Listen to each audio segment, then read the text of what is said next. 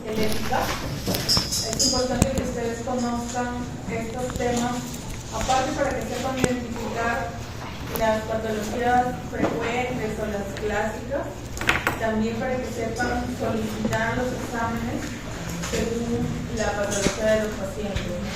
En la parte musculoesquelética vamos a tener muchos métodos imagenológicos que nos pueden ayudar, pero hay que saber cuándo solicitarlos, no todos van a servir para lo mismo, ¿no? Y en cuanto también a la parte musculoesquelética, pues abarca todo lo que son músculos, desde la piel, incluso piel, tejido celular cutáneo, músculos, fascias, aponeurosis, tendones, ligamentos, también articulaciones y huesos, ¿no? Por eso es que como abarca tantas estructuras anatómicas, ya saben que las estructuras anatómicas tienen diferentes densidades y por lo tanto no todas se van a poder visualizar de igual forma en ciertos tipos de estudios, ¿no? Y por eso es que según lo que ustedes sospechen van a poder solicitar un estudio adecuado, ¿no? Entonces, dentro de todo lo que es las imágenes del músculo esquelético, vamos, como les decía, vamos a tener muchas opciones, ¿no? Aquellas que van a utilizar radiación ionizante y aquellas que no van a utilizar radiación no ionizante y las ondas sonoras. Dentro de las que tenemos, las que usan radiación ionizante, vamos a tener a los rayos X y dentro de estos a las radiografías, tomografías, la fluoroscopía, incluso la densitometría ósea. Y también los rayos gamma, ¿no? Los cuales pues está la gamografía, que no es un estudio que se realiza por o que lo realiza el radiólogo o lo informa el radiólogo, sino el médico nuclear. Por eso es importante que ustedes lo conozcan, ya que ustedes también lo pueden solicitar. Después, aquellos que utilizan radiación no ionizante y utilizan campos magnéticos, ya saben que es la resonancia magnética, que es uno de los métodos principales en cuanto a la valoración musculoesquelética, ¿no? Con mucha resolución, pero no es el único, ¿no? Y no sirve tampoco para todas las patologías. Y en cuanto al ultrasonido, para los que utilizan ondas sonoras, tenemos los ultrasonidos que también nos pueden ayudar a abarcar cierto tipo de patologías, siempre y cuando se encuentren a nivel superficial. Entonces, dentro de lo que son los rayos X convencionales, sabemos, ¿no?, que por densidad la parte ósea es la que se puede evaluar mejor, ¿no?, por rayos X dentro de lo que es la patología musculoesquelética. Por tanto, huesos y articulaciones podemos evaluarlos, ¿no?, mucho mejor la parte ósea. Las articulaciones en sí, las partes blandas de las articulaciones como los tendones, ligamentos, en este caso los meniscos en la rodilla, se evalúan pero por otro tipo de exámenes, ¿no? La parte ósea sí la podemos evaluar muy bien por rayos X. En cuanto a la parte de ósea, pues es el primer estudio, ¿no?, que vamos a solicitar. No podemos ir y silencio, por ahí escucho que están susurrando, están conversando. Si no quieren atender, pues pueden salir, no hay ningún problema. Como les decía, pues es el primer estudio que vamos a abarcar y básicamente es para la parte ósea, ¿no? Y es el primero que debemos solicitar. Cualquier estudio que abarque la parte ósea, pues debe tener siempre una radiografía como estudio base. No nos podemos ir de frente a la tomografía. Los rayos X nos ayudan a tener una vista general y muchas veces nos van a ayudar con el diagnóstico definitivo, ¿no?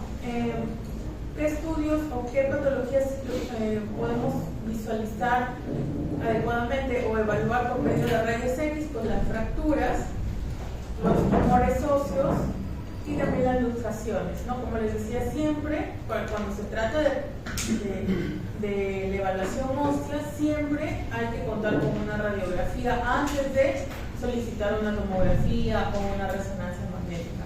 Las ventajas es que nos permite identificar rápidamente la patología, como las estructuras óseas se pueden apreciar muy bien, su anatomía se ve prácticamente igual a la que ustedes van a la anatomía real. Pues entonces, cuando hay alguna lesión, pues es fácil de identificar. Las desventajas es que su sensibilidad sensibilidad también puede ser limitada para ver detalles, ¿no? Para ver lesiones con mucho detalle, pues sí puede tener cierta limitación. Hay que utilizar también varias proyecciones, no solo una, ¿no? Como ven acá, esta es una imagen de una rodilla. La rótula está por acá, pero no se aprecia tan bien porque hay superposición de varias estructuras.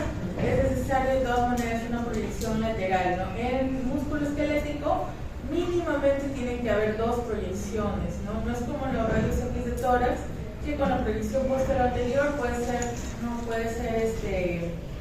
la proyección básica, a veces no es necesario la lateral, pero en músculo esquelético mínimamente son dos, ¿no? No podemos evaluar una radiografía musculoesquelética para descartar una fractura, un tumor, una luxación, teniendo solamente una proyección.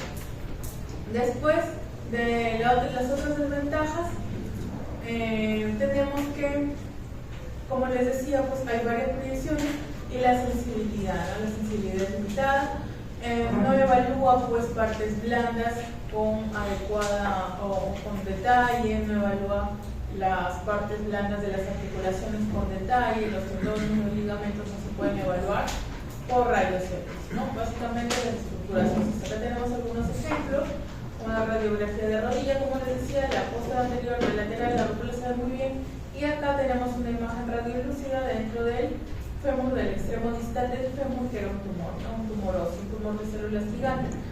Un poco difícil de repente para ustedes distinguirlo porque no es tan la densidad no es tan radiolúcida como para poder diferenciar la parte más densa de la parte más oscura, por decir así, pero esta es una tumoración, ¿no? En la radiografía frontal menos aún se puede visualizar tan claramente, pero en la lateral ya se puede visualizar un poco mejor. Era un tumor de células gigantes.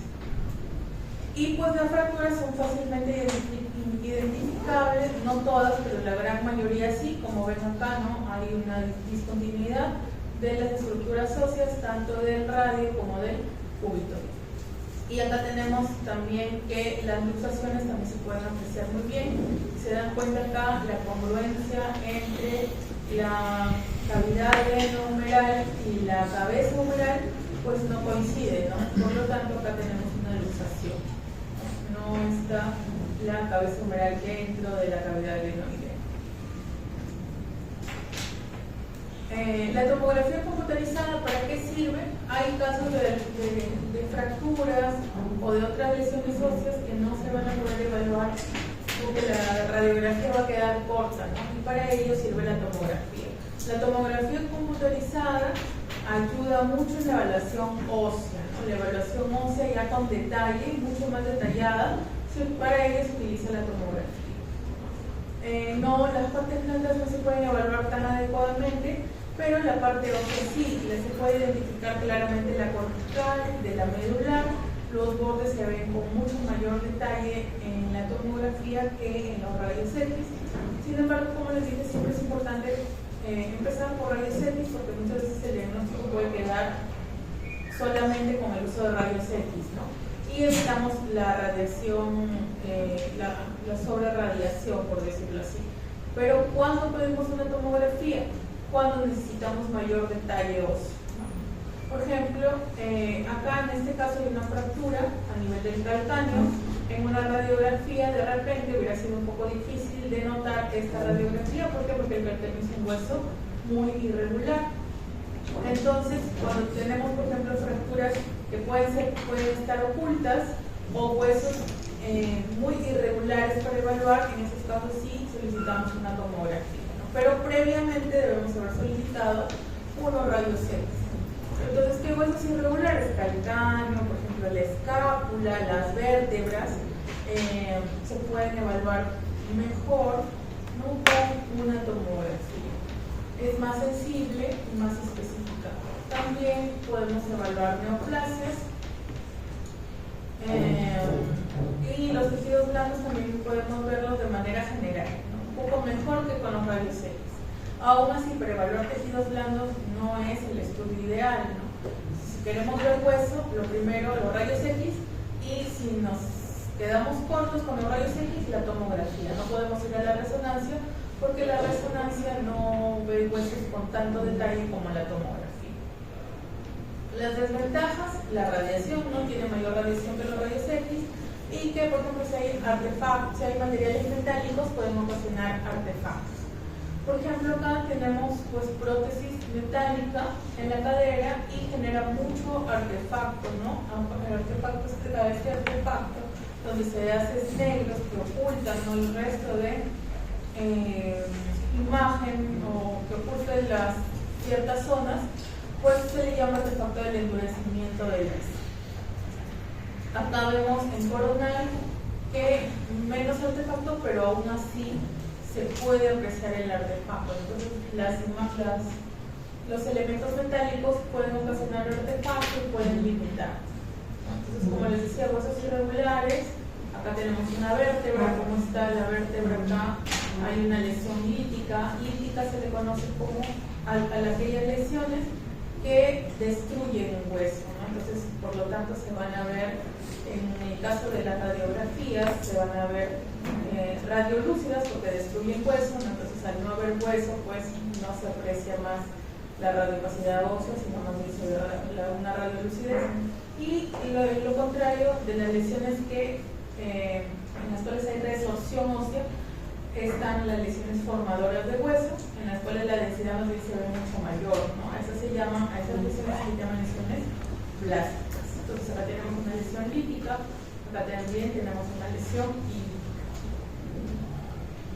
Después, la resonancia magnética, le ponen acá una coronita porque es el estudio en músculo esquelético, el estudio que nos brinda mucho mayor detalle, y para valorar patologías complejas también se utiliza resonancia magnética, pero es mucho más sensible y específica para valorar los tejidos blandos, ¿no? ¿A qué me refiero? La parte muscular, la parte de los tendones, los ligamentos y las articulaciones. Es el estudio de mayor sensibilidad y especificidad para evaluar estas estructuras. Entonces, como les decía, ligamentos, tendones, músculos, en el caso de la rodilla también los meniscos, ¿no? Y en el caso de la columna vertebral, los discos intervertebrales se pueden evaluar muy bien por resonancia, y la médula espinal, ¿no? Es el estudio de elección, el gol estándar para valorar médula espinal y discos intervertebrales. A veces se pide tomografía. Sí, podemos tener cierta información, pero con la resonancia magnética la información es mucho más detallada y mucho más veraz que con la tomografía para ver los discos intervertebrales, ¿no? Para ver la médula espinal, la tomografía no ayuda. En este caso, para ver la médula espinal, la resonancia magnética es el estudio de elección, de gol estándar. ¿Qué más podemos ver en la resonancia magnética? Tumores, ya sea de las partes blandas, como también en algunos casos se pueden evaluar los tumores óseos también, y también algunas fracturas, pero no todas, ¿no? Solamente las fracturas por estrés, y las infecciones óseas como la osteomielitis también se pueden valorar por resonancia magnética. Nos ayuda también el uso del contraste para poder ver el comportamiento de las lesiones según la captación de la sustancia de contraste. Es muy sensible, muy específica, el uso del contraste también es una de las ventajas. Y en cuanto a las desventajas, pues si hay artefactos metálicos que, a diferencia de la tomografía en las que se producen distorsión en la imagen, en el caso de la resonancia, pues hay artefactos metálicos que son ferromagnéticos, como ya se había explicado en las primeras clases, pues en esos casos no se pueden, el estudio está completamente contraindicado, no se puede ni siquiera realizar en aquellos que el artefacto metálico sea ferromagnético. ¿No? ¿Por qué? Porque al ser el resonador como un imán gigante, pues va a ocasionar que el campo magnético atraiga ese elemento metálico y se pueda mover, ¿no?, dentro del cuerpo humano y genere daño, ¿no? Puede generar quemaduras, se puede mal posicionar, puede generar heridas por dentro e incluso, por ejemplo, en los marcapasos, ¿no? Puede generar que fallen y por lo tanto pues puede haber problemas a nivel de lo que es la contracción del corazón.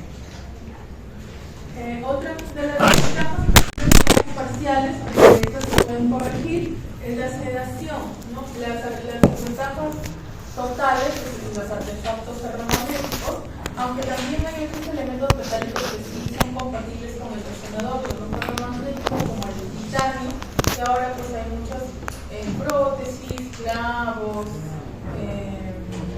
placas, ¿no? Metálicas de titanio que sí pueden, ¿no? Ingresar al resonador. Los que son ferromagnéticos.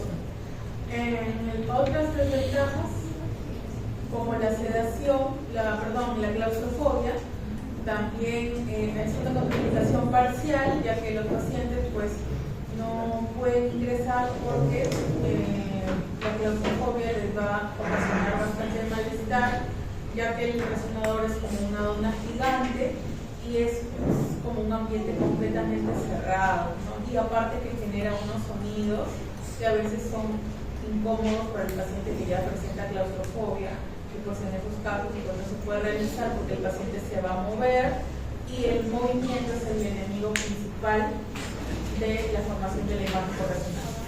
Esto se puede corregir sí utilizando sedación, ¿no? Para lo cual es necesario que vaya un personal médico, anestesiólogo, y por lo tanto el costo se incrementa. Pero es una contraindicación parcial, ya que pues al final sí se podría realizar si es que pues, se tiene al anestesiólogo presente. Pero en el caso de los artefactos ferromagnéticos, aquellos que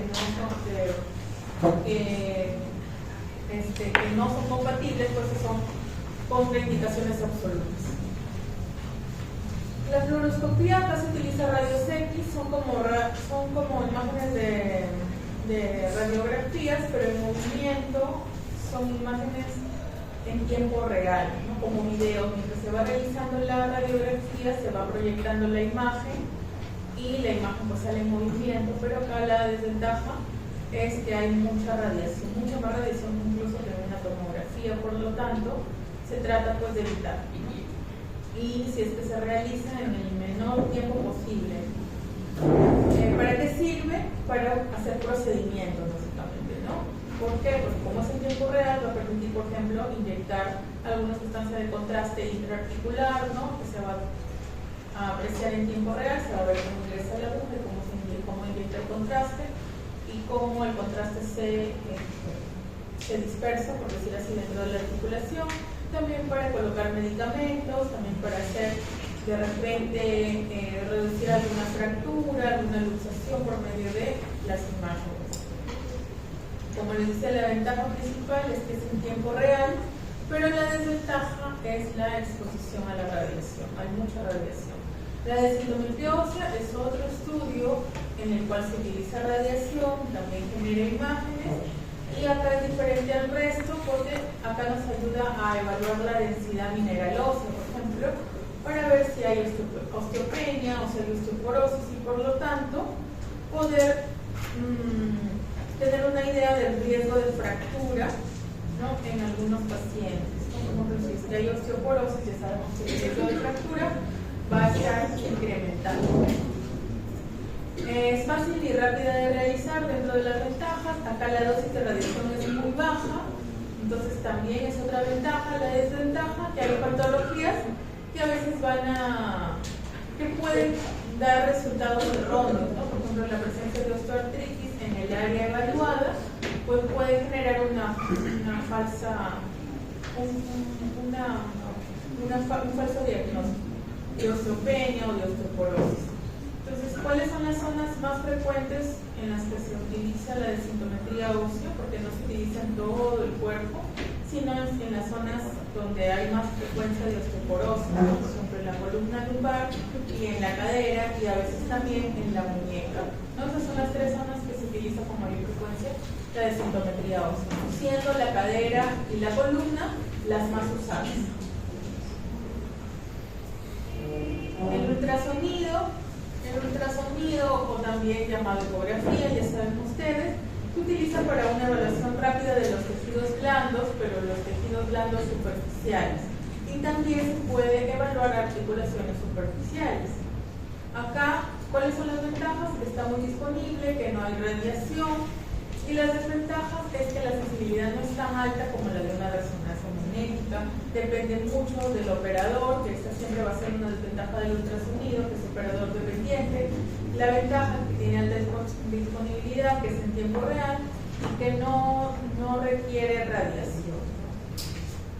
¿Para qué nos ayuda? Como les decía, evaluación de tejidos superficiales. Por ejemplo, acá tenemos, ya saben qué traductor se utiliza, ¿no es cierto? El traductor plano, que tiene una muy buena, una excelente resolución, pero una penetración baja, ¿no? Por lo tanto, solo es para tejidos superficiales. Por ejemplo, no van a pedir una ecografía para evaluar columna, ¿no? Porque está muy profunda, para evaluar pues médula espinal, tampoco, porque está muy profunda, no se podría acceder.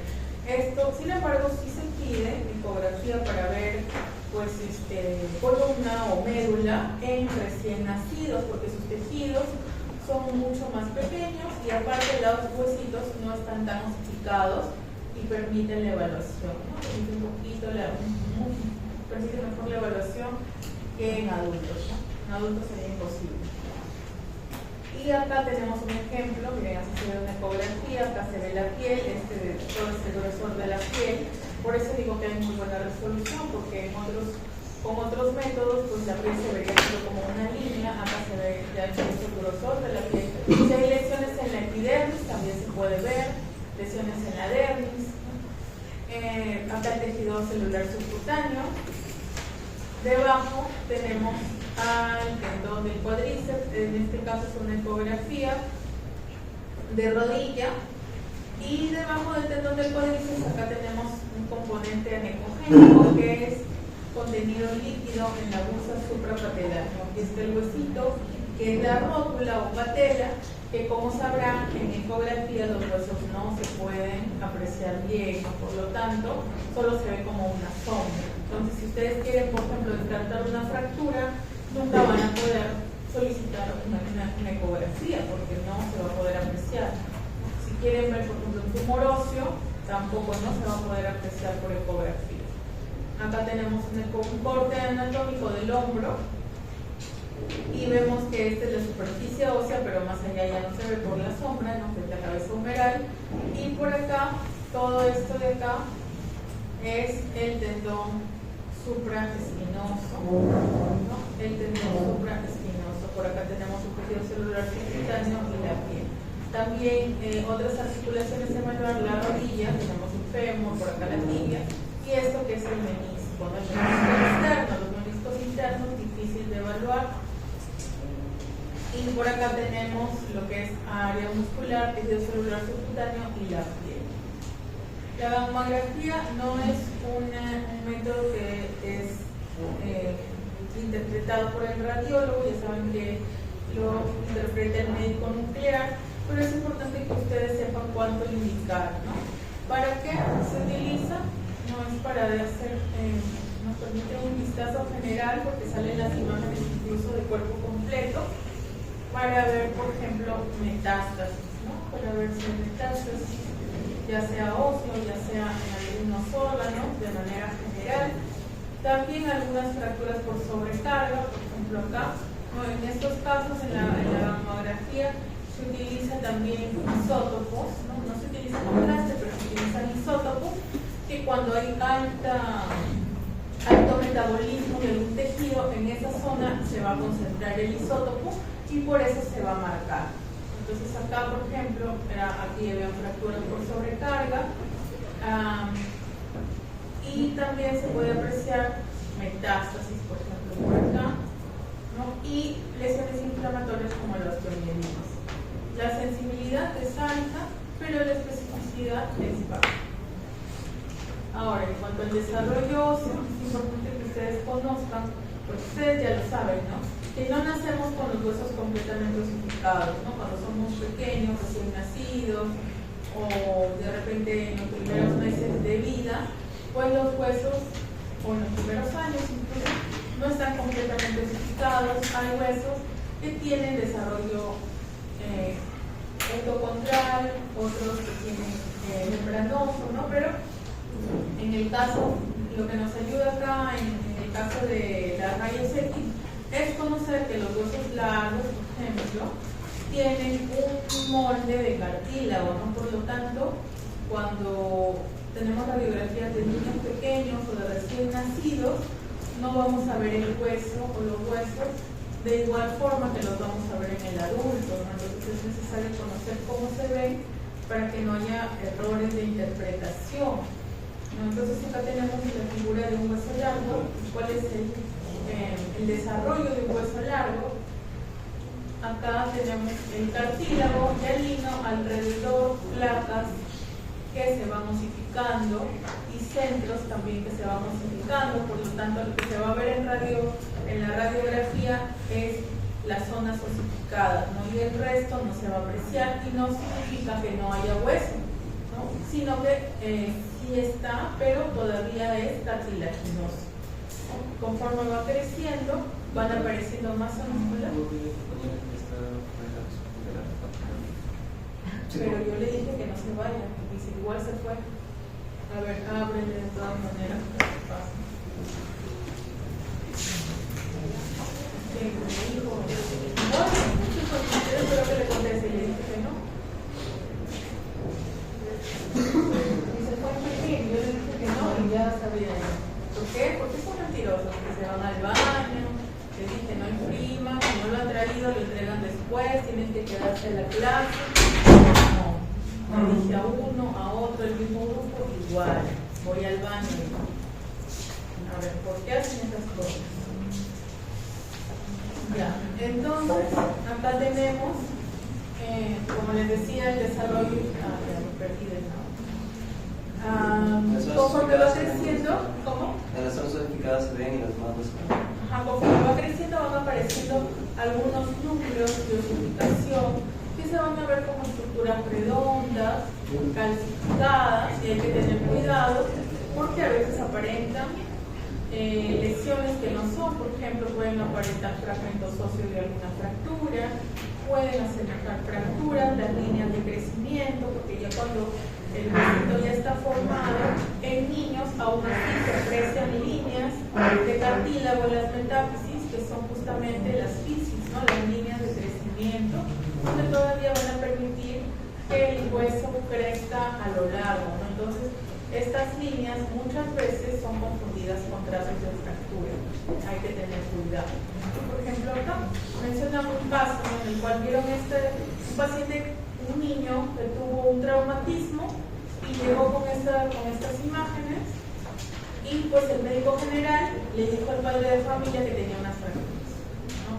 El padre se va, lo llevó a otro centro preocupado, pues a un centro de mayor complejidad, y le dicen que no hay fracturas, lo regresa a su casa.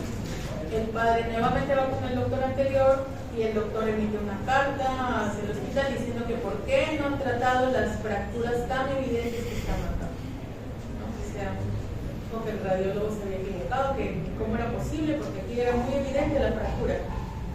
Pero en realidad estas no son fracturas, no son líneas de crecimiento, son prácticamente el cartílago, ya saben que se ve radiolúcido, entonces pueden aparentar fracturas, pero no lo son, ¿no? En niños hay que tener mucho cuidado. Entonces así se aprecia más o menos. Por ejemplo, el tobillo en un niño, aquí está la fisis o el cartílago de crecimiento, que es radiolúcido, aquí en el peroné también, acá tenemos en el mayolo interno, que también que pertenece a la tibia, también vemos esta línea radiolúcida y no es una fractura, ¿no? Solamente son las áreas de crecimiento de las metáfisis. Y pues este ya es un tobillo adulto, donde ya se ve que se ha osificado. A veces quedan algunas líneas radiopacas como una señal de que ahí alguna vez estuvo el cartílago de crecimiento, ¿no? Pero ya está completamente osificado. Igualmente acá en esta rodilla, miren acá, no son fracturas, son cartílago de crecimiento, en los extremos, en las metáfisis, es usual verlos en niños, y acá ya tenemos una rodilla de un adulto, ¿no? Donde ya se ha ossificado, ya se ha cerrado. Silencio, chicos, silencio. En otros huesos, en huesos irregulares o en otros huesos, se aprecian, aparte de las fisis, ¿no? Que ya es en un niño un poquito más grande, en los niños pequeños, como los huesitos son cartílago, se van ossificando y van apareciendo como imágenes redondas, ¿no?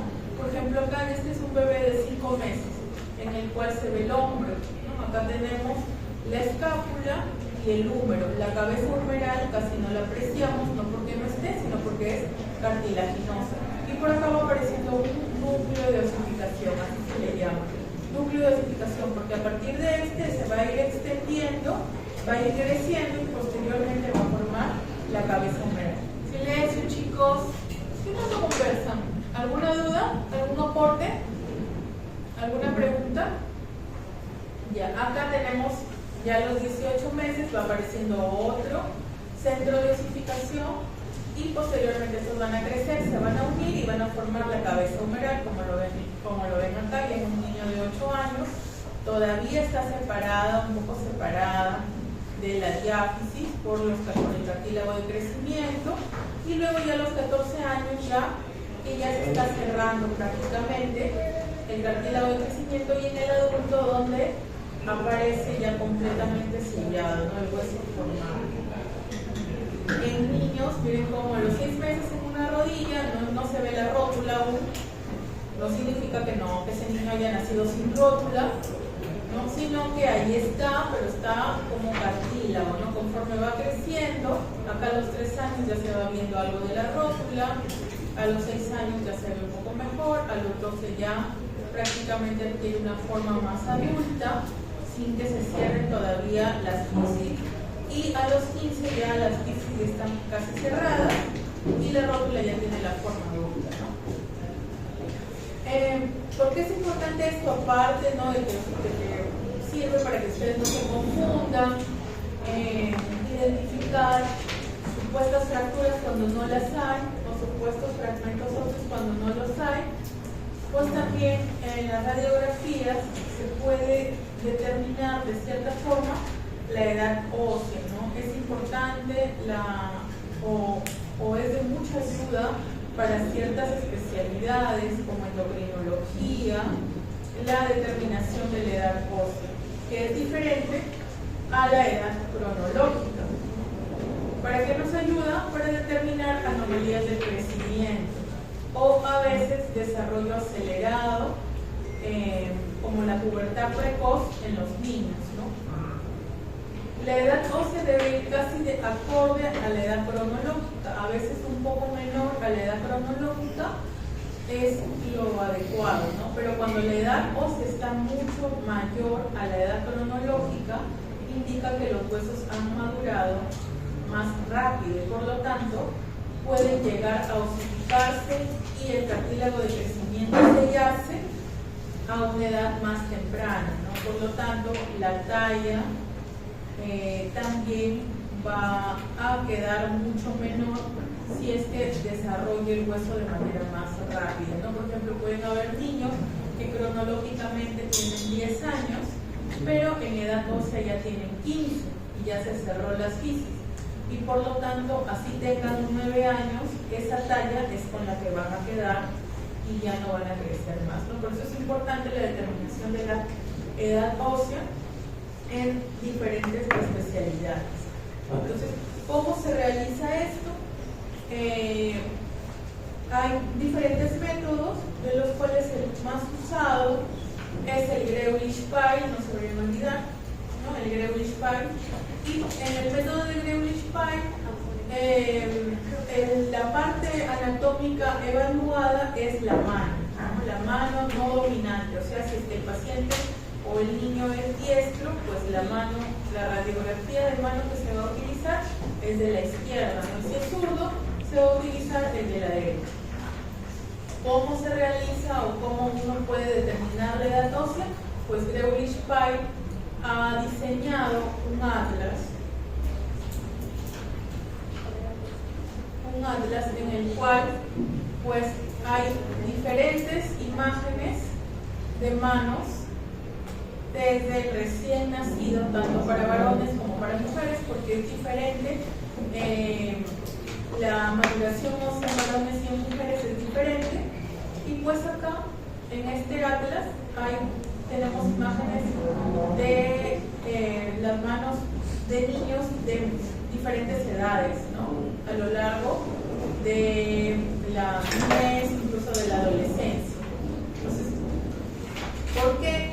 ¿Para qué sirve este atlas? Para comparar, ¿no? Nosotros tenemos una radiografía de un niño de cierta edad y la vamos comparando a ver a qué imagen del atlas se parece, ¿no? Según a la que más se parezca es la edad ósea que va a tener el niño, ¿no? Entonces, por ejemplo, acá vemos, ¿no? En un recién nacido, en el carpo, no vamos a ver núcleo de osificación todavía. A los 3 meses va apareciendo 1 hasta 2. A los 6 van apareciendo ya 2, pero están un poquito más grandes. Ya se aprecian mucho mejor a los 9 meses. Acá a los 6 meses aparece acá otro núcleo de osificación en el radio. A los 2 años, 8 meses va apareciendo otro más y así, ¿no? Entonces, según a la que más se parezca, es la edad ósea que va a tener el paciente. Entonces, así se va a ir comparando. Y lo que ayuda, aparte de los huesos del carpo, ¿no? Porque nos vamos guiando básicamente de los huesos del carpo, también de los extremos distales del radio y del cúbito, y de la aparición del sesamoideo en el primer dedo, ¿no? Que típicamente en el varón, el sesamoideo en el primer dedo aparece a los 13 años, que está por acá como un puntito, y aquí ya se aprecia mejor, pero acá a los 13 años aparece. Y al pisiforme también, ¿no? El pisiforme generalmente en el varón aparece a los 11 años, ¿no? Está acá pequeñito. En la mujer tiene edades diferentes de aparición, por eso los atlas son diferentes, tanto para hombres como para mujeres. Y si por ejemplo el paciente es mujer, lo comparamos con imágenes femeninas, y el paciente es varón con imágenes masculinas, y como les digo, pues no necesariamente la edad ósea de un paciente va a ser la edad cronológica. Entonces no se vayan a olvidar. Ese es el atlas de Greulich-Payen. Hay otros métodos como el de Tanner, hay otros métodos como el de Bilbao que se usan con mucha menos frecuencia, ¿no? El más conocido, bueno, el más usado es el de Greulich-Payen. Ahora, en cuanto a la anatomía radiológica, la de los huesos largos es muy conocida, es la más fácil. Ya saben que un hueso largo tiene 2 epífisis, que son los extremos, tiene una diáfisis y tiene las metáfisis, que son las zonas de crecimiento. Y a su vez tiene una cortical que está conformada por el periósteo y una médula. ¿Para qué? ¿Por qué es importante esto? Para que ustedes, cuando vean una lesión, sepan ubicarla, ¿no? Y describirla.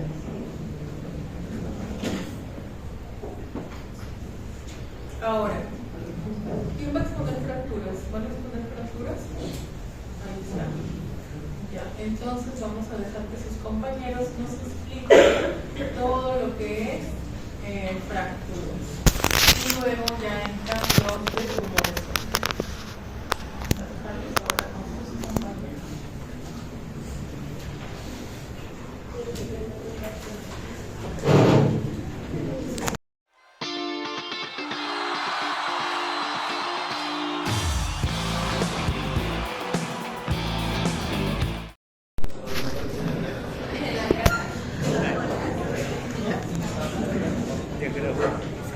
¿Qué?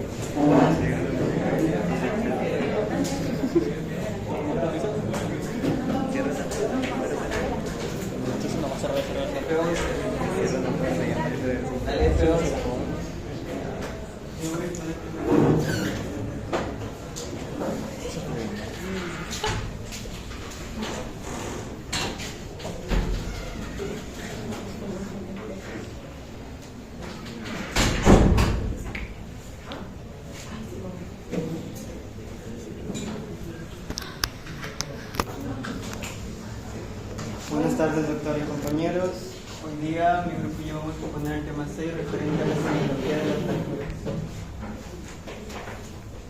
Para empezar vamos a definir y explicar todos los mecanismos de producción de fracturas. ¿Cómo podemos definir una fractura? Simplemente como una solución de la continuidad del tejido óseo o como una rotura completa e incompleta del hueso causada por una fuerza externa, ya sea directa o indirecta. Los mecanismos de producción de fracturas los vamos a dividir o clasificar de acuerdo a la fuerza aplicada y el tipo de trazo o fractura que van a generar. Tenemos 4 mecanismos principales y como primer mecanismo voy a explicar lo que es la tensión. El mecanismo de tensión es poco frecuente y va a originar una rotura, una fractura de tipo transversal. Esta se da por dos fuerzas que se aplican en una misma dirección pero que van en sentido opuesto. Esto va a generar lo que es un arrancamiento óseo a causa de la musculatura, por lo que es más frecuente verlo en deportistas de alto rendimiento a causa de la fuerte contracción de los músculos o el constante estrés, lo que va a causar una abulsión de la inserción del músculo y consigo un arrancamiento de un fragmento del hueso. Acá un ejemplo claro es una fractura de la rótula. Y como otro ejemplo tenemos acá una radiografía y una resonancia de una fractura del segundo metatarsiano. Esto a causa del estrés, como en deportistas corredores, por el constante estrés y la contracción de los músculos interóseos dorsales. Siguiente. Como segundo mecanismo tenemos a la compresión. Este tipo de mecanismo es más frecuente en lo que huesos esponjosos son la epífisis de los huesos. Trae consigo una fractura como un trazo oblicuo y es más común verlo en huesos cortos. La rotura o la fractura va a ser paralela a la fuerza, por lo que en los trabéculos de los huesos esponjosos, por lo que primero se va a ver afectado los sistemas verticales. El acortamiento de los sistemas verticales va a hacer que la fuerza se acerque más a los sistemas horizontales. Una vez la fuerza aplicada alcance los sistemas horizontales, va a generar un hundimiento. Ese espacio vacío que se genera va a tener como consecuencia una deformidad del hueso.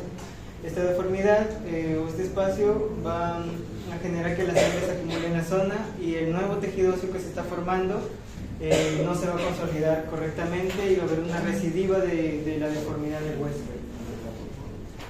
Como ejemplo, este tipo de fracturas se ve más comúnmente en personas adultas mayores por caídas. Este ejemplo es de una persona adulta mayor que se cayó sentada y sufrió una fractura de vértebra a causa de una compresión. La fractura fue de la vértebra T12. Acá vemos una radiografía, una tomografía y una resonancia. A veces por las caídas las personas tienden a apoyarse en las extremidades, por lo que también podemos ver fracturas como en la parte distal del radio y una fractura del calcáneo. Como tercer mecanismo tenemos a la rotación. Este tipo de mecanismo tiende a generar una fractura que abarca todo el hueso. Es más común en huesos largos como lo es las tibias y es consecuencia de dos fuerzas de tracción que van en sentido opuesto en torno al eje longitudinal de la diáfisis del hueso. Obviamente uno de los ejes tiene que estar fijo y tiene como consecuencia una fractura en línea de forma espiral alrededor del hueso. Como ejemplo, había mencionado que es más en huesos largos, por lo que lo vamos a ver más en huesos como el tibia o el peroné. Como ejemplo tenemos fracturas que sufren deportistas como los esquiadores. Como cuarto mecanismo tenemos al mecanismo que es más clásico, es el mecanismo de flexión, es el mecanismo más común de fracturas y va a resultar en una fractura en 3 trozos, conocido como forma de ala de mariposa. Es típico de huesos largos y también puede generar fracturas con trazos transversos. Este se explica por dos mecanismos. Puede generarse por dos fuerzas en dirección perpendicular al eje del hueso o simplemente por una fuerza en el centro de la diáfisis. Esto va a generar que el eje del hueso se incurve y se generen en la zona más cóncava de la incurvación una fuerza de compresión y en la zona más convexa una fuerza de tracción. Los huesos tienden a ser menos resistentes a las fuerzas de tracción, por lo que en el punto máximo de inflexión va a suceder la discontinuidad del hueso y por lo tanto la fractura. Siguiente. Como ejemplo tenemos una fractura de fémur y una fractura del tibia y peroné. Acá podemos ver el tercer fragmento que tiene como resultado este tipo de fracturas. Y como tipo de fractura, como tipo de mecanismo adicional podemos mencionar el cizallamiento, que es simplemente dos fuerzas paralelas que van en sentido opuesto y perpendiculares al eje longitudinal del hueso. El nivel de daño va a depender mucho de la energía cinética de la fuerza que se va a aplicar. Si es una gran fuerza, va a terminar dañando tejidos adyacentes o incluso generar fracturas abiertas. También se puede ver en vértebras. Bueno, clasificación de las fracturas. Como dijo mi compañero, una fractura va a ser la ruptura parcial o total del hueso y de acuerdo a ello se le va a clasificar siguiendo distintos mecanismos. Según la energía disipada en el traumatismo, pueden ser de alta o baja energía.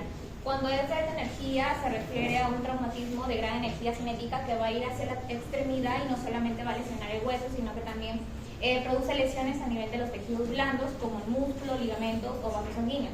Podemos observar acá un ejemplo donde ha ocurrido un accidente de tránsito que ha producido la ruptura de la sindesmosis en la parte de la tibia, ¿no?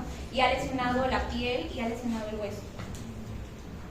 En las de baja energía se refiere a un traumatismo de baja intensidad. Esto es mucho más común en personas atléticas que desarrollan actividades físicas de alta intensidad o en pacientes adultos mayores que tienen una enfermedad adyacente.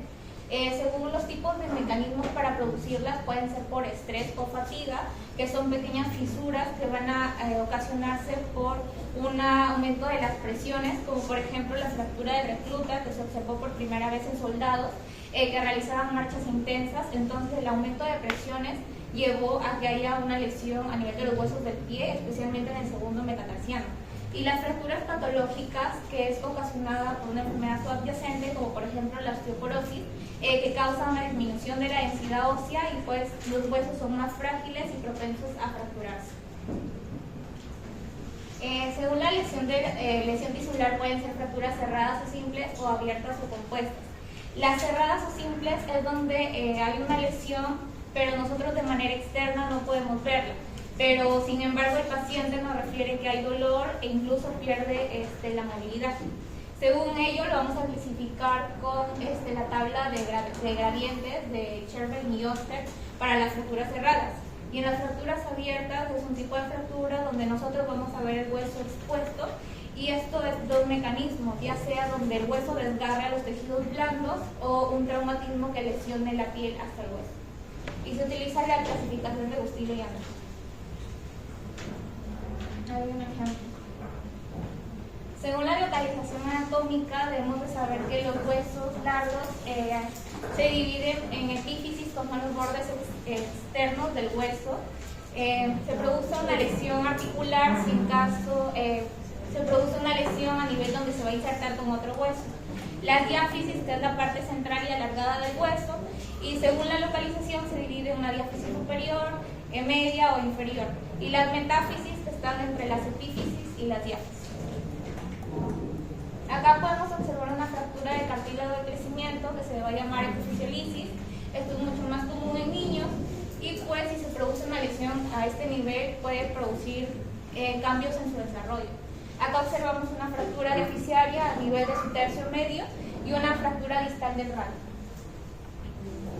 Según la extensión del trazo pueden ser incompletas o completas. Las completas se relacionan donde se pierde la continuidad del hueso y pues se observa una ruptura total del hueso. Las incompletas se mantiene su continuidad y estas pueden ser fisuras, entallo verde o rodete. Las fisuras son pequeñas grietas del hueso, las de entallo verde se relacionan por un doblamiento del hueso por una fuerza de comprensión y las de rodete se produce a nivel de la unión de las epífisis con las diáfisis. Según la estabilidad de la fractura pueden ser estables o inestables.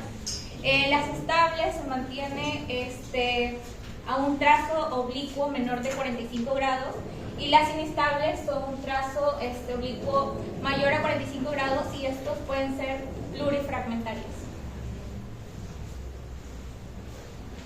Bueno, otras formas de presentación son de acuerdo a su posición fragmentaria o parámetros. Dentro de esto vamos a encontrar 4. En la figura A podemos ver que se da un desplazamiento donde podemos observar que hay una separación del hueso, ¿no?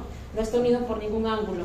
En la figura B, que es una presentación por angulación, hay una separación solamente por un lado del hueso, y el hueso sobre todo pierde su eje normal.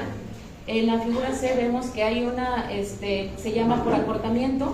Esto se puede ser por los fragmentos distal y proximal se separan demasiado o se acortan mucho, que puede ocurrir en un cabalgamiento. Y en la figura D, que ocurre por distracción, que quiere decir cuando hay una tracción demasiado fuerte, y suele ocurrir por los ligamentos separan los huesos. En este caso podemos ver la separación de la rótula. También puede ocurrir por desplazamientos o relación entre los fragmentos. Este es un grado en el cual los extremos de una fractura quedan mal alineados uno respecto al otro. Pueden presentarse como no desplazadas, mínimamente desplazadas o muy desplazadas. En este tipo de desplazamiento vamos a hablar sobre todo de 4, que son los longitudinales, angulares, traslacionales y rotatorios. En el desplazamiento en longitud se habla sobre 2, que es el desplazamiento por acortamiento, que se pueden presentar en fracturas oblicuas, espiroideas y cominutas. En la fractura cabalgada, esto se da cuando el acortamiento o el desplazamiento reduce aparentemente el tamaño del hueso. Y también el desplazamiento por distracción, que esto se da por un mal manejo de las fracturas por acabalgamiento. El espacio entre el fragmento distal y proximal se agranda, y el hueso aparentemente tiene una mayor longitud. Y también en el desplazamiento angular vamos a ver, se observan 2 planos, en el plano coronal y en el plano sagital. En el plano coronal se van a presentar fracturas en valgo o en varo. En las fracturas sobre todo se habla en relación al segmento proximal. En valgo vamos a ver que el segmento distal se aleja de la línea media, y en varo el segmento distal se acerca a la línea media. Y en el plano sagital vamos a hablar en recurvatum y en antecurvatum. Aquí la parte distal del segmento distal, cuando se aleja de la línea vamos a ver la fractura en recurvatum, y cuando se acerca a la línea media vamos a hablar en antecurvatum. Y en el desplazamiento traslacional y rotatorio, aquí mínimamente, como dijo la doctora, se piden dos radiografías, porque la fractura puede aparentar un desplazamiento derecha-izquierda, pero también puede estar anterior o posterior. Y también vamos a ver una forma de presentación en dirección a la línea de fractura. Esta puede ser transversa, oblicua. En estos 2 tipos de fractura solamente hay una fuerza de presión que ahí mismo donde ocurre esa fuerza ocurre la fractura. Y en la espiroidea y espiroidea necesita dos fuerzas de tracción donde generan la fractura del hueso, y la longitudinal son raras de ver, porque esta fractura ocurre en el mismo eje del hueso, ¿no?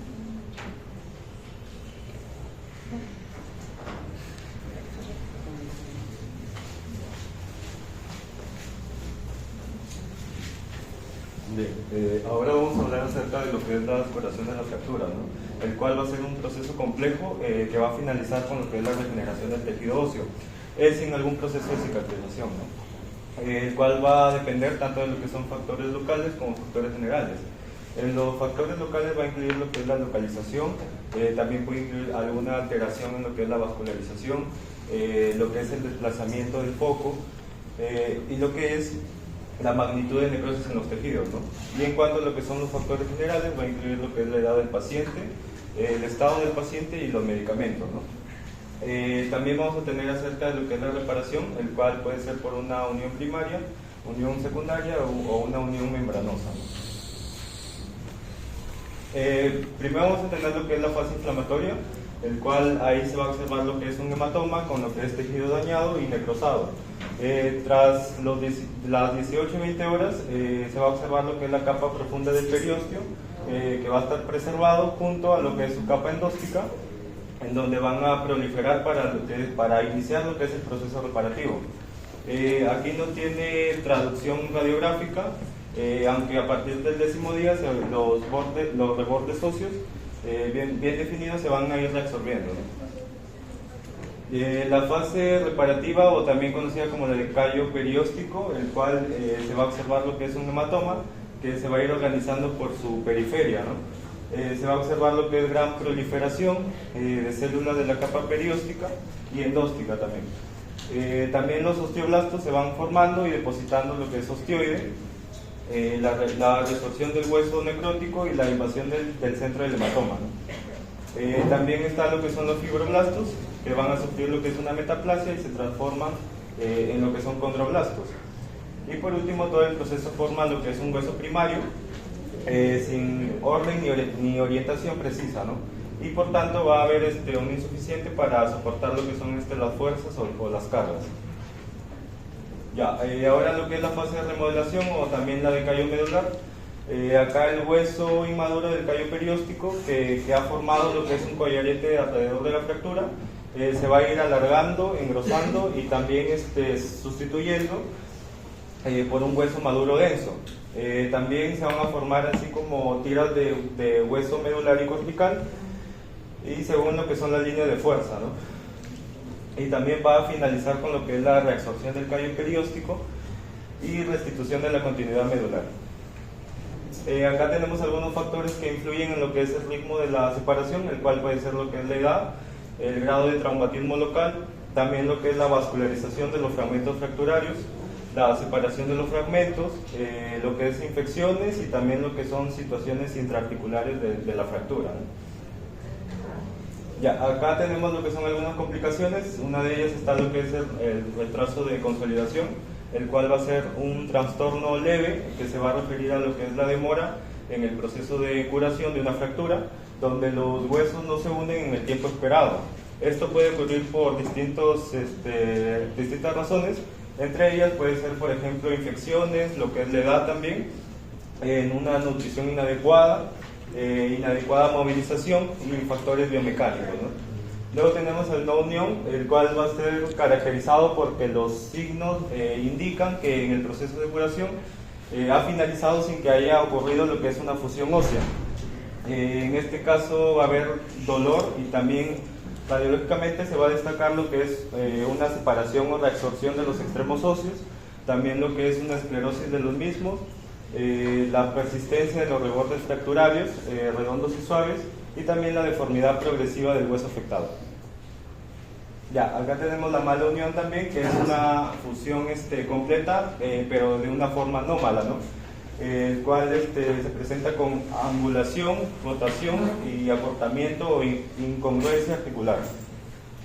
También infecciones, ¿no? Frecuentemente en fracturas abiertas, ahí donde el germen más común es el estafilococo aureus. Ahí es donde la respuesta inflamatoria va a alterar lo que es la formación de las células del callo, ¿no? Y se reduce lo que es la vascularización y aparece lo que es fibrosis. También tenemos lo que es el callo hipertrófico, el cual ahí hay un exceso de formación del callo perióstico que se puede dar en este caso por algunos problemas de compresión o dificultad en este caso en la movilidad de las partes blandas y articulaciones adyacentes. Y por último lo que es la necrosis aséptica y osteonecrosis, ¿no? Que se va a deber a una isquemia por una lesión vascular, aunque también es evidente en las primeras horas, ¿no? Los signos clínicos y radiológicos tardan en este caso semanas o meses incluso en aparecer, ¿no? Cuando el hueso ya sufre lo que es un colapso. Gracias.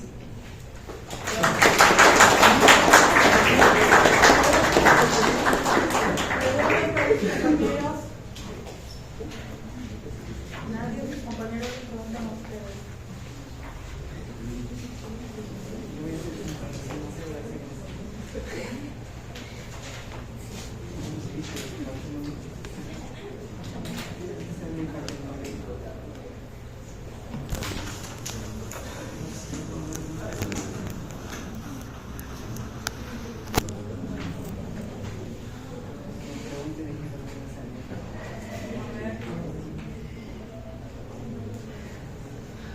A ver chicos, ¿cómo conceptualizan o cuál es el concepto básico de una fractura?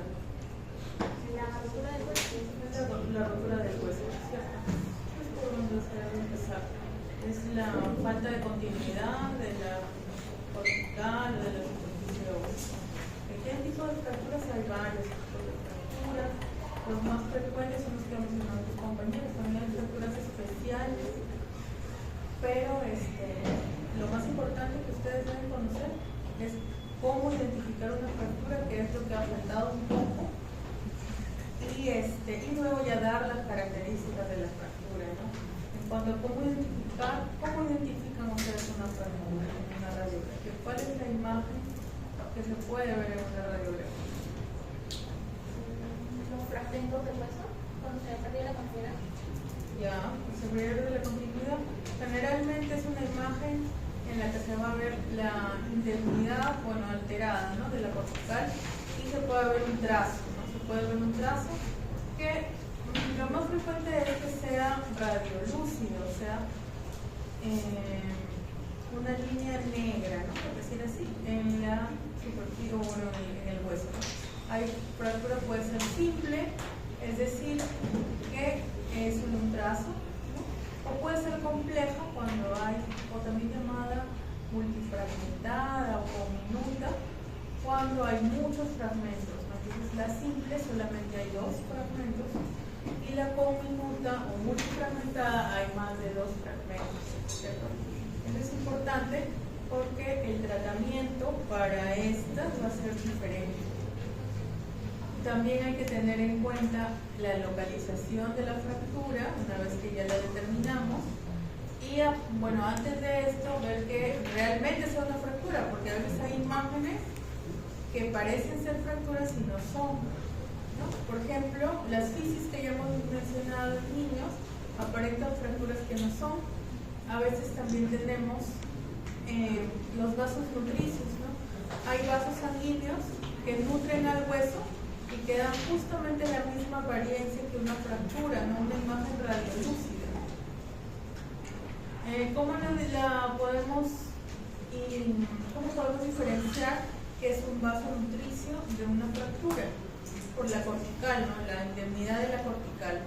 En el vaso nutricio la cortical sigue, ¿no?, sigue normal, no hay ningún tipo de separación. En cambio en la fractura sí la cortical se interrumpe, ¿no?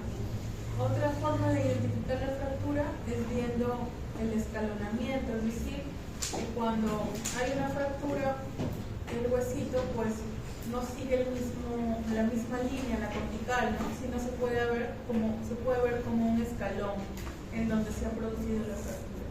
Si bien es cierto, lo más frecuente es que el trazo de fractura sea radiolúcido, pero a veces no se ve el trazo, ¿no? Entonces por la cortical podemos identificar de que hay una fractura. A veces en lugar de verse radiolúcido se ve más hiperdensa esa zona, ¿no?, también. Eso es importante para que ustedes sepan identificarlo, ¿no? Porque ustedes cuando tengan la radiografía o soliciten y luego vengan y no tengan informe, ustedes tienen más o menos que darse cuenta si es que hay un hueso roto o no, para poder derivarlo al traumatólogo o de repente darle un tratamiento a ustedes, ¿no? Porque también cuando estén en sus serums puede que necesiten colocar un cabestrillo o fijar un miembro, ¿no?, para evitar de que se fracture mucho más.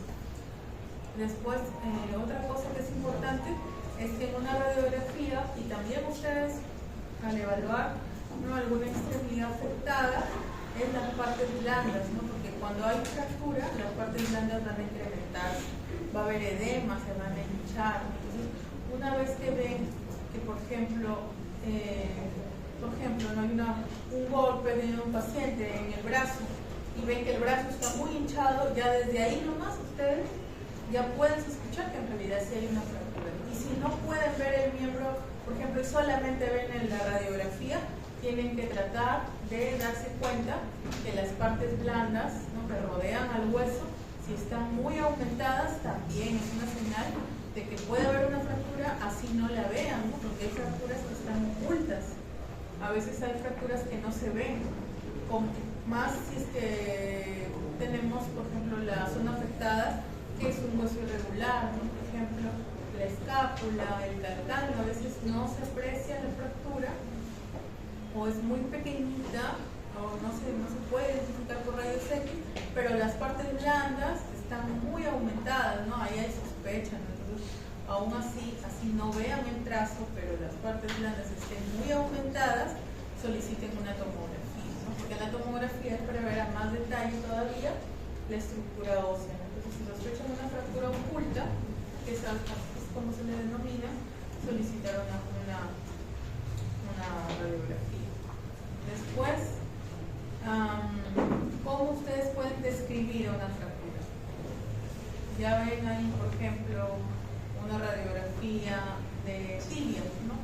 ¿Cómo la describen la fractura? ¿Qué es lo primero que tienen que ver? O cómo, si ya tienen la radiografía ahí, ¿cómo ustedes pueden ir describiendo?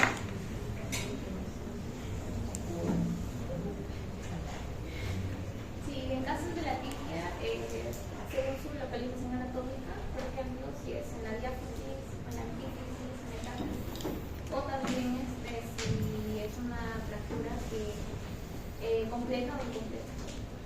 Ya, sí, es cierto, ¿no?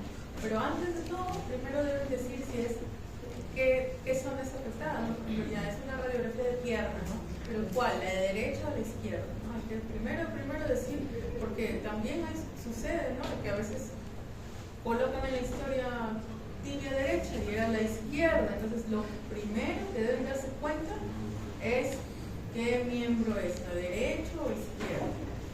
Después decir, ¿no? En qué localización se encuentra la fractura, cuántos fragmentos, ¿no? Si es una fractura simple, si es una fractura multifragmentada, si está involucrando la articulación o no, porque también es importante, ¿no? Si es que involucra la articulación, requiere cirugía. Entonces, también la localización de la fractura según se encuentre intra o extraarticular es importantísima, porque si está intraarticular requiere tratamiento quirúrgico, ¿no? Entonces es importante, ¿no? Si es extraarticular, de repente simple, puede que requiera solamente, ¿no? Un tratamiento más conservador, una férula, un yeso. O sea, también ver si es completa o incompleta, ¿no? Si el trazo compromete todo el hueso o si hasta cierta parte, ¿no? Las fracturas incompletas, es decir, las que no atraviesan todo el hueso, ¿en qué pacientes se ven más?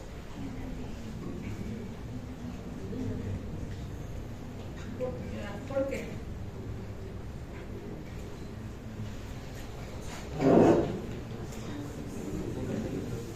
¿Cómo?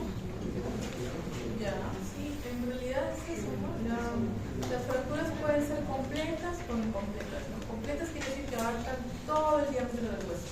Pero un hueso largo, una fractura transversal, corta todo el hueso y divide al hueso en dos partes, mientras que en una incompleta hasta cierta parte, pero no llega a seccionar todo el hueso. Y es mucho más frecuente en los niños, ¿no? ¿Por qué? Porque sus huesos son más blandos, ¿no? Y como son, ¿no? Vienen de un molde cartilaginoso, pues hay más plasticidad. Entonces a veces se ve que se encurvan un poco, pero no llega a fracturarse por completo, ¿no? Eso es frecuente en niños y en pacientes que tengan alteración de la mineralización ósea, ¿no? A veces hay pacientes que tienen otro tipo de afecciones, ¿no? Como osteogénesis imperfecta, otras enfermedades.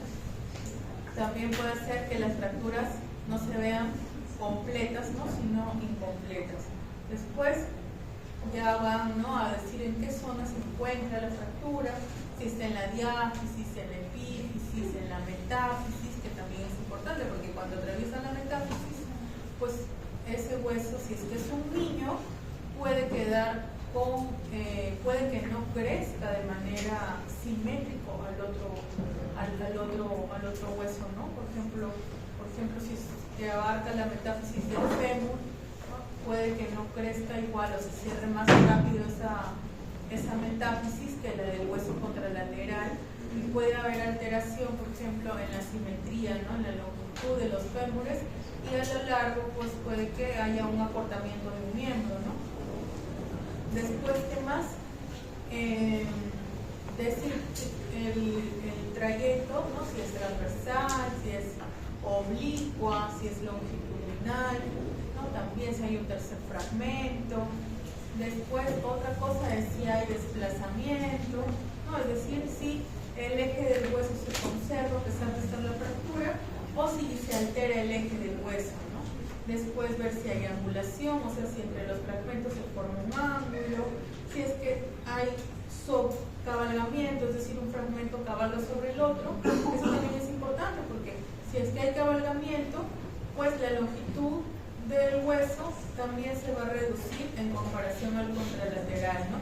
Y se van a requerir otras maniobras para reducir esa fractura que a veces requiere, ¿no?, estiramiento del miembro para poder reducirla y que no quede ese cabalgamiento, porque si no se va a sellar el hueso así y también el miembro va a quedar más cortado. Entonces todo eso es importante, ¿no?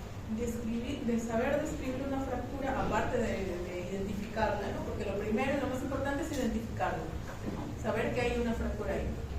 Después describirla, ¿para qué? Para saber qué tratamiento, si bien ustedes no van a dar el tratamiento, porque sean traumatólogos, ¿no? Pero si es que llegan a ser traumatólogos, ya ustedes van a saber todos los tipos de tratamiento para todos los tipos de fracturas que hay. Pero si no lo son, pues al menos saber qué fractura va a requerir un tratamiento más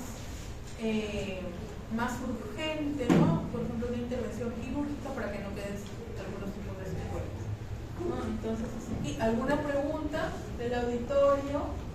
Que los veo ahí felices conversando. A ver, vamos a ver en el próximo examen cómo están. Porque por ahí bien dateado que en el otro aula, espero que acá no, pues habían tenido los exámenes de los años pasados, han tenido que cambiar por completo. Yo espero que no haya sucedido igual, porque igual los exámenes de aquí en adelante van a ser completamente diferentes.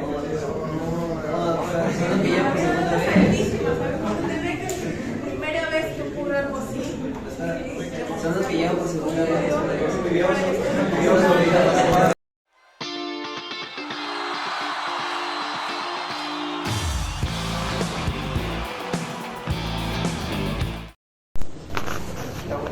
Buenas tardes. Vamos a empezar con la exposición acerca de tumores óseos. Para ello, mis compañeros y yo hemos hecho una breve presentación para que puedan entender un poco. Bien.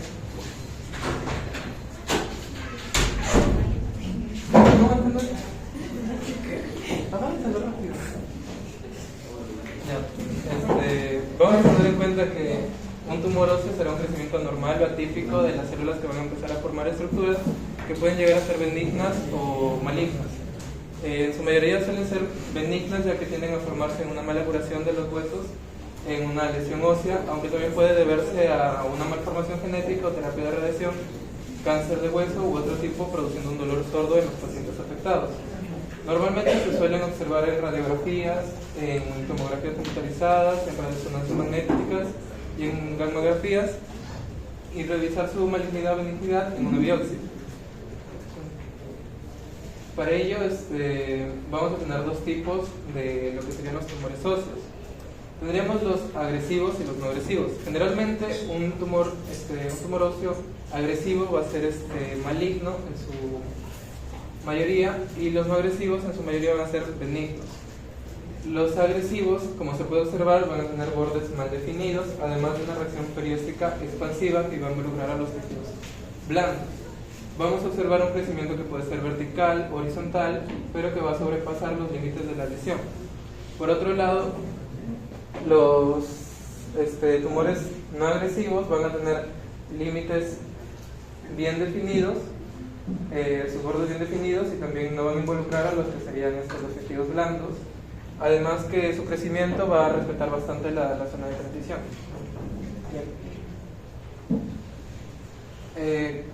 Como se mencionó anteriormente, su crecimiento puede ser vertical hacia la médula o de manera horizontal hacia el borde cortical.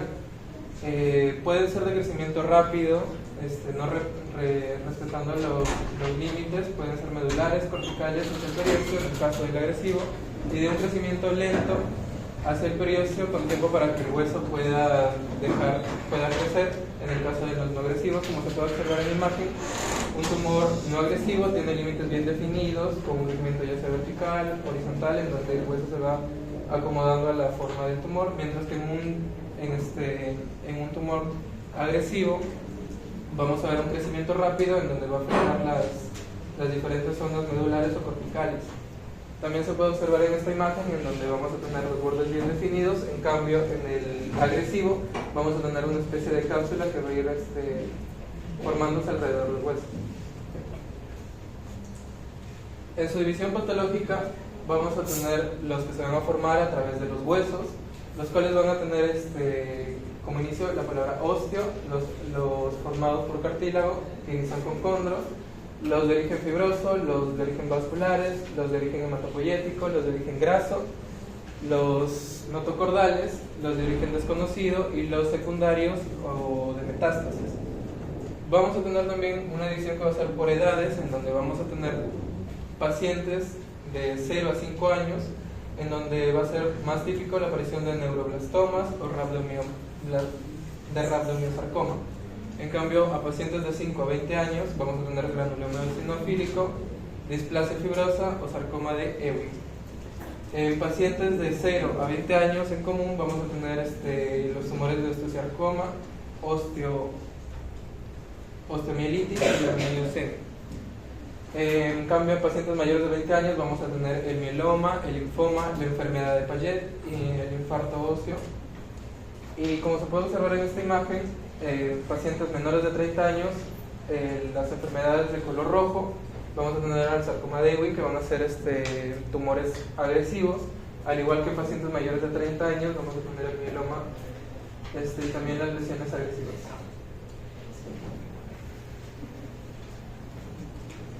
Bien, la semiología patológica de los tumores óseos. Para poder nosotros ver qué tipo de tumor óseo es y poder caracterizarlo, tenemos que ver su localización, su zona de transición, su reacción perióstica, su tipo de destrucción, su matriz, su extensión y si es solitaria o múltiple. Para ello, empezamos hablando sobre su localización, el cual puede ser tanto intramedular como cortical. Como se puede observar en estas imágenes, tenemos que pueden ser intramedulares, tanto centrales, apareciendo cerca de esta zona, como excéntricas, apareciendo casi por los bordes sin llegar a ser corticales, como se ve aquí, que tenemos los corticales, todavía por así decirlo dentro del hueso, como los yuxtacorticales, que pueden tener zonas más alejadas. Como ejemplo de intramedular central tenemos a un quisteo óseo simple, intramedular excéntrica tenemos a un condroblastoma, a los corticales propiamente dicho tendremos a los fibromas nosificantes y a los yuxtacorticales a los osteosarcoma para esto. Ya. Después vamos a tener, de acuerdo a la ubicación del propio hueso, ya sea de epífisis, metáfisis y también diáfisis. En el caso de epífisis vamos a tener tumores como el endocondroma articular o el condroblastoma. También en el caso de metáfisis vamos a tener el endocondroma y el osteocondroma. En el caso de diáfisis vamos a tener el osteoma osteoide. También van a haber casos en los cuales van a abarcar zonas en común, como por ejemplo de epífisis y metáfisis, como tendremos el osteosarcoma. También vamos a tener pacientes que dependiendo de la edad pueden aparecer en una zona o en otra, como por ejemplo en adultos. En la epífisis van a aparecer los tumores de células gigantes, mientras que en niños va a aparecer en la metáfisis. Siguiente. De acuerdo a su zona de transición, es decir, que pueden estar bien definidas, bien limitadas, como pueden ser los de zona de transición estrecha, en donde usualmente suelen ser benignos, como por ejemplo un fibroma nosificante, un quiste óseo simple, o también un quiste aneurístico, aneurismático, y los de zona de transición amplia, que pueden verse de manera difusa y mal definidos, como normalmente suelen ser los agresivos o malignos. Podemos tener a los osteosarcoma, a la osteomielitis y al granuloma eosinofílico, como se puede observar. No se ven bien sus bordes, en cambio los de zona estrecha, de zona de transición estrecha, sí se puede visualizar. Ya, le doy paso a doctora. Bueno, ahora vamos a hablar sobre la reacción perióstica, la cual va a ser una respuesta del periósteo ante lesiones o estímulos patológicos, ya sea infecciones, traumas o tumores. La reacción perióstica se va a distinguir según su malignidad. En este caso hablamos de una menos maligna, que es la sólida, a una con mayor malignidad, que es el triángulo de Cox. En la reacción perióstica, si hablamos de cada una, hablamos de la sólida, la cual se va a presentar, que va a tener características que crecen lentamente y son menos agresivos. También presenta, va a formar reacciones óseas, las cuales se van a observar tanto en la medular como en el periósteo. También tenemos, como se observa en la imagen, tenemos también la lamelada, la cual presenta un crecimiento que es intermedio, ya sea rápido o lento, y se va a observar en capas concéntricas de hueso nuevo, que también se las puede denominar como capas de cebolla, que se lo observa en la imagen. Esta presenta un aspecto laminado, lo que indica que se ha infiltrado por completo en el periósteo. El periósteo, ya que es el encargado de depositar hueso nuevo, no va a cumplir esa función, por lo tanto su zona de crecimiento, su zona de infiltración y zona de osificación se va a encontrar incompleta. Y también cabe recalcar que es importante porque mientras más capas se observen, más agresivo va a ser el tumor. En el caso de la especulada, es donde encontramos que la cortical se encuentra completamente infiltrada. También se puede observar que tiene un aspecto de rayos de sol o de pelos de punta, como se observa en la imagen. Esto indica que es un proceso que tiene una mayor agresividad, donde podemos encontrar como tumores malignos. En el caso del triángulo de Codman, hablamos que se caracteriza porque presenta una elevación, la cual nos indicaría que hubo un crecimiento inusualmente rápido, lo que lleva a que el periósteo se levante en los bordes, como se puede observar acá. También vamos a hablar sobre los patrones de destrucción ósea. Los patrones de destrucción ósea, en la cual vamos a observar cómo se ve la lesión en sí. En este caso hablamos de las lesiones líticas, en donde observamos 3 patrones que son importantes, que son clásicos y comunes. Tenemos al geográfico. En el geográfico podemos observar que hay una lesión que es radiolúcida, que presenta una zona que se presenta uniformemente, también presenta una zona de transición estrecha, bordes bien definidos. También una característica es que estos tipos de lesiones, tanto su medular, la cortical y el periósteo, se adaptan al crecimiento del tumor. Por lo tanto, estas lesiones se las asocian mayormente a lesiones no agresivas y casi siempre son benignas. En el caso del apolillado, esta se distingue o se caracteriza porque presenta lesiones con un patrón en áreas que son agrupadas, como se observa. En este caso presentan bordes irregulares, y este patrón nos indicaría que hay un mayor crecimiento una mayor agresividad. Por lo tanto, también hablamos de tumores malignos. Siguiente. En el caso del permeativo, también se lo confunde con el apolillado, debido a que presentan características muy similares. Sin embargo, en este caso, el permeativo nos habla de que hay un crecimiento extenso en el hueso, sin embargo, no hay una destrucción completa de las trabéculas óseas. También hay una zona de transición amplia, debido a que no se observa realmente dónde termina la lesión. También son de mayor agresividad y casi siempre son malignos. Bueno, ahora vamos a hablar acerca de lo que es la matriz mitocondrial. Los tumores óseos van a desarrollar, sus células mesenquimatosas van a desarrollar ciertos materiales extracelulares, que se traduce a lo que es la matriz. La matriz puede ser condroide o osteoide, quiere decir que puede desarrollar cartílago o hueso. Y estos dos tienen la capacidad de poder calcificarse o mineralizarse, ¿no?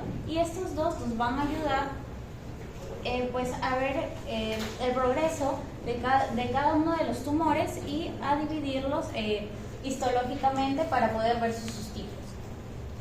En la matriz condroide tenemos lo que es la producción de cartílago y vamos a tener la aparición de 4 patrones que pueden ser floculantes, que son una dispersión de radiopacidades puntiformes, y también tenemos el patrón que es llamado palomita de maíz por su similitud.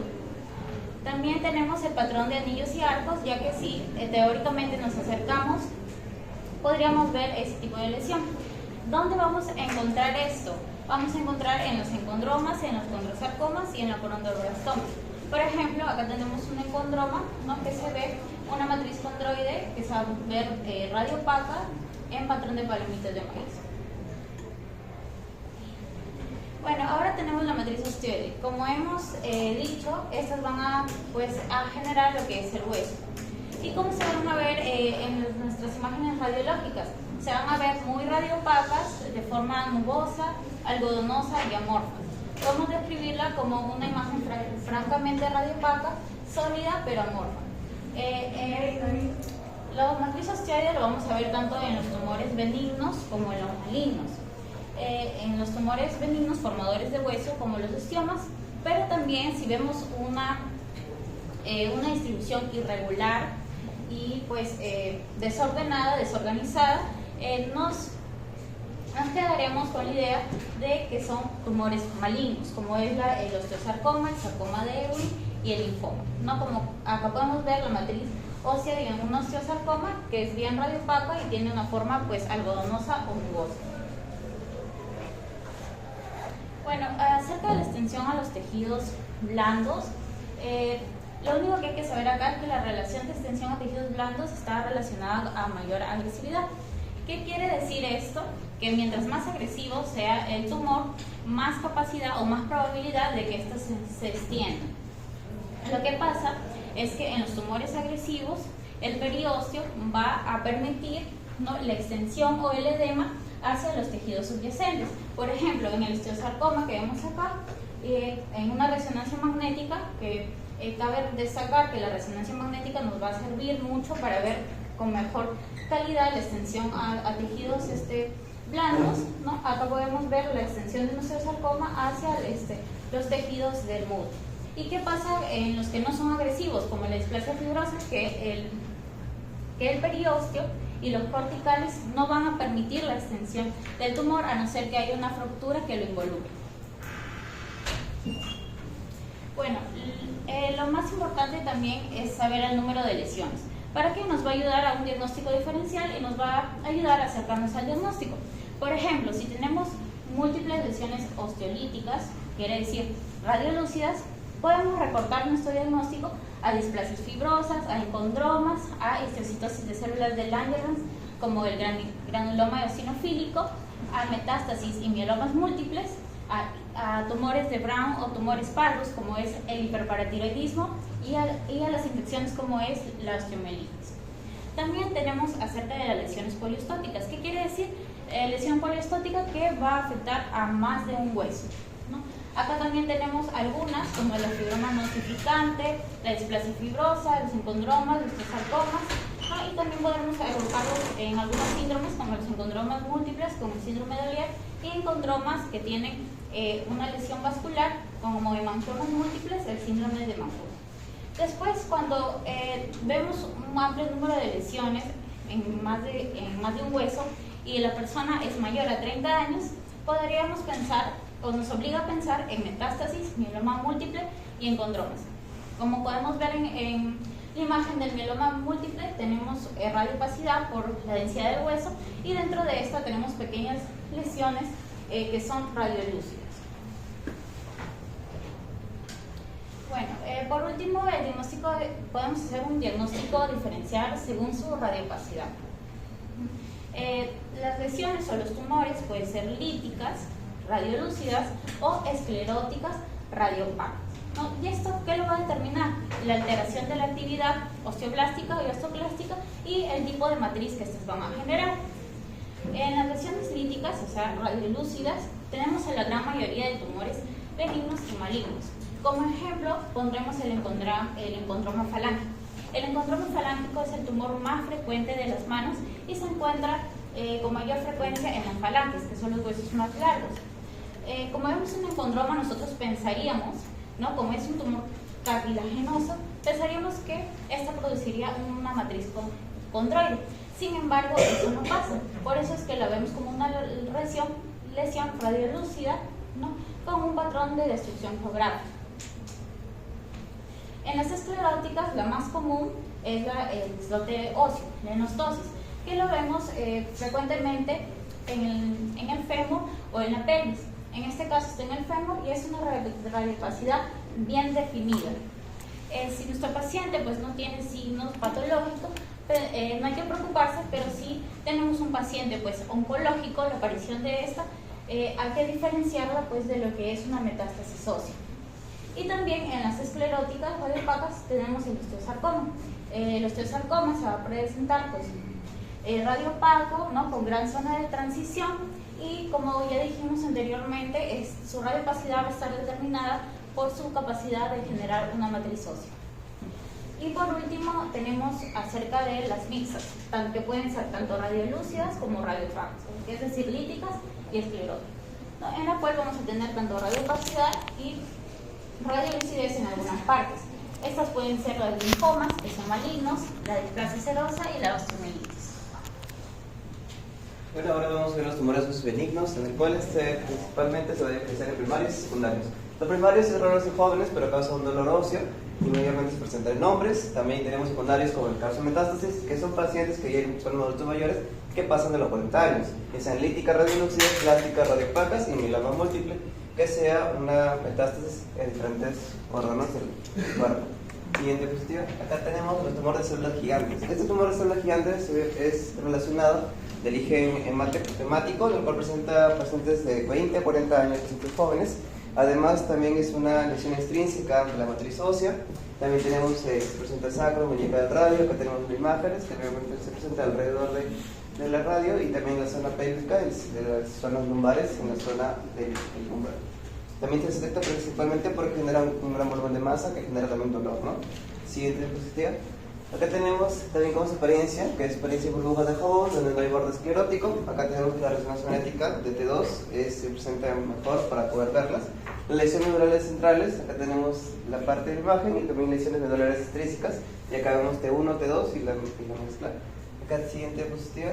Quiste óseo simple. Este es el más común, que se presenta mayormente en pacientes jóvenes menores en 5 años, ya que tiene relación al crecimiento óseo, y también este se presenta unilocular y dentro de las lesiones de líquido seroso sanguinolento. Es más frecuente en el lóbulo proximal y el fémur proximal, múltiples nódulos. Si presenta múltiples nódulos, se llama exostasis múltiple, también llamado, y también se detecta de manera accidental, ya que a veces el paciente tiene una lesión cercana y se le hace una radiografía y se logra apreciar en la radiografía, ¿no? Y también que afecta mayormente metáfisis y diáfisis. Siguiente diapositiva. Acá vemos una lesión radiolúcida según la región estrecha, ya sean los bordes bien definidos, localizados en bordes largos, o localizada intermedular en la sección central. Acá tenemos el fragmento caído en la lesión de los bordes largos, que se presenta acá en la imagen, y también tenemos que este fragmento de la pared aquí está flotando, ¿no?, dentro del tumor. Acá tenemos también. Y acá, en la parte del calcáneo, se observa que hay una forma de hiperlativa triangular y localización anterior-inferior que no recibe tanto estrés, ¿no?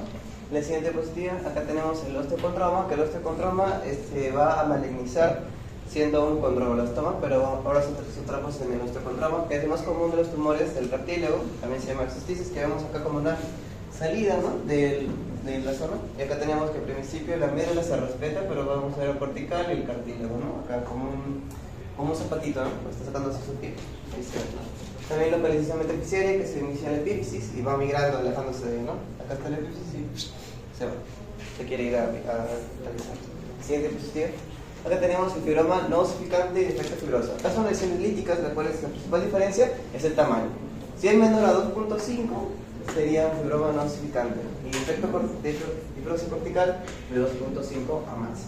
Acá tenemos que es muy común, no requiere tratamiento si no se requiere fractura, anomalía del desarrollo, se ve simplemente metáfisis de las rodillas y la posición del femor distal o tibia distal. Acá tenemos la imagen, en la cual tenemos una lesión radiolúcida lítica, colocación cortical, se presenta mayormente en niños de 30 a 40%, y acá tenemos un borde esclerótico que se presenta en la imagen, acá también en medio, y también acá en la tomografía. Acá se logra apreciar.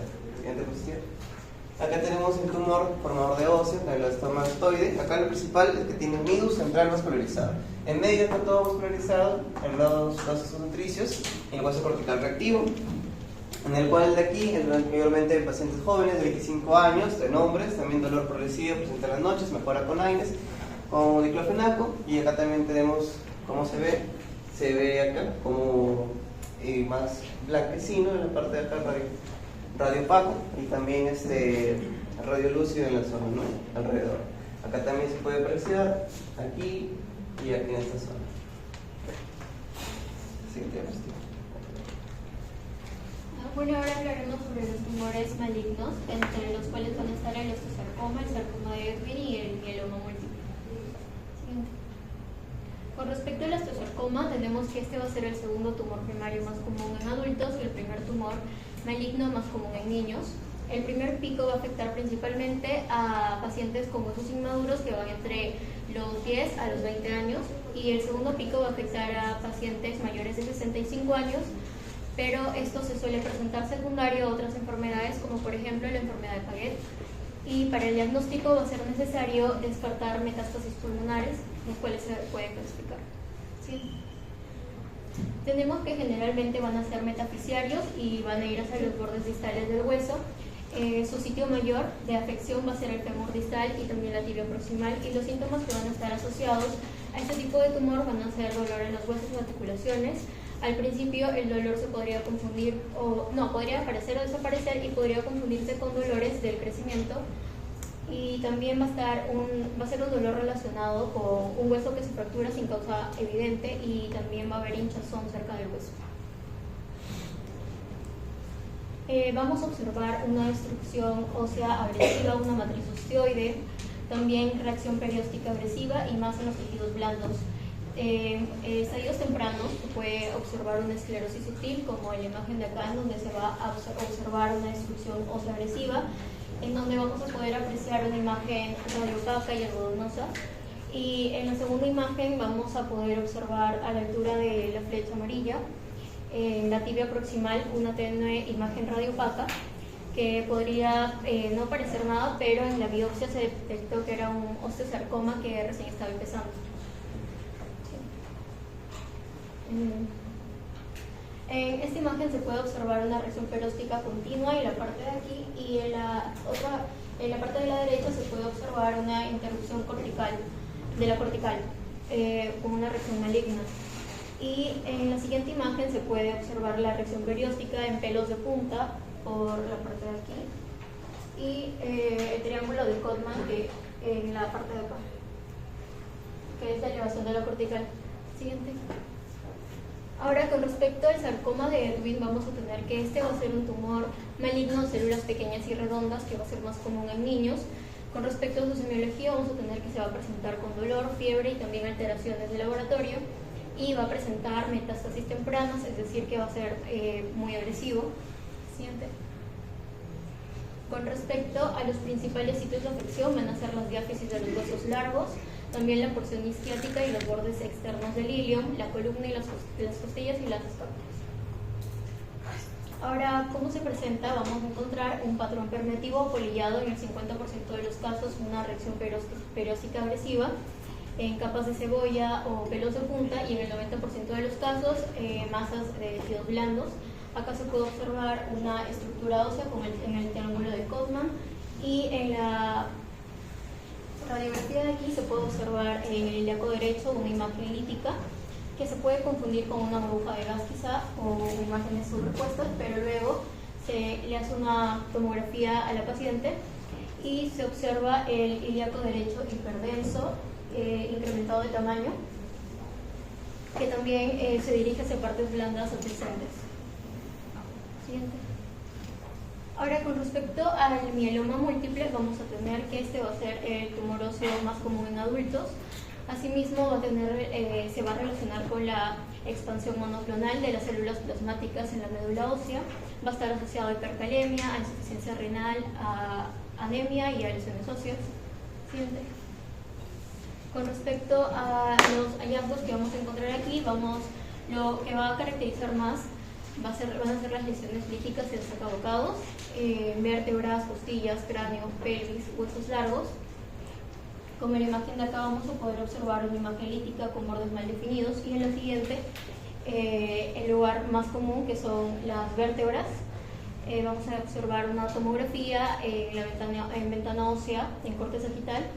Vamos a observar lesiones líticas como si hubieran borrado las imágenes en la parte de aquí, lo que va a representar lo característico de este tumor. Siguiente. Gracias.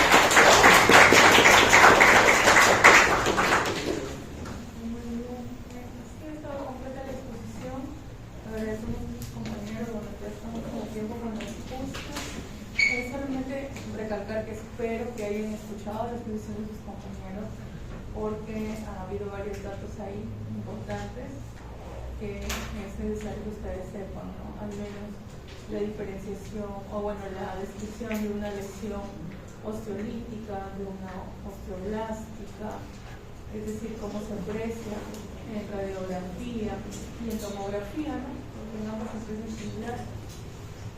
Las características de una lesión benigna, de una lesión maligna, o las características diferenciales entre una lesión que no es agresiva de una que es agresiva, ¿no? Y también ejemplos. Otra cosa importante sobre la reacción perióstica, los tipos de reacción perióstica y cuáles son las benignas y cuáles son las agresivas, ¿no? Los ejemplos también son importantes en cuanto a las lesiones benignas y malignas, y también es importante que conozcan las más frecuentes según la edad, ¿no? Porque según la edad uno puede diferenciar. Hay patologías tumorales tanto benignas como malignas que son muy frecuentes en el adulto y que son muy frecuentes en niños, por lo tanto pues hay que saber qué diagnóstico posible según la edad, ¿no? Podría ser, porque uno no puede decir cierta patología que corresponde a un adulto en la radiografía de un niño, ¿no? Porque eso sería demasiado, bueno, sería erróneo, ¿no? Eso. ¿Hasta aquí alguna pregunta, chicos? A ver, el auditorio. Les agradecemos a sus compañeros por su exposición. Ya saben que las exposiciones de sus compañeros también vienen en el examen, así que tienen que repasarlas, estudiarlas.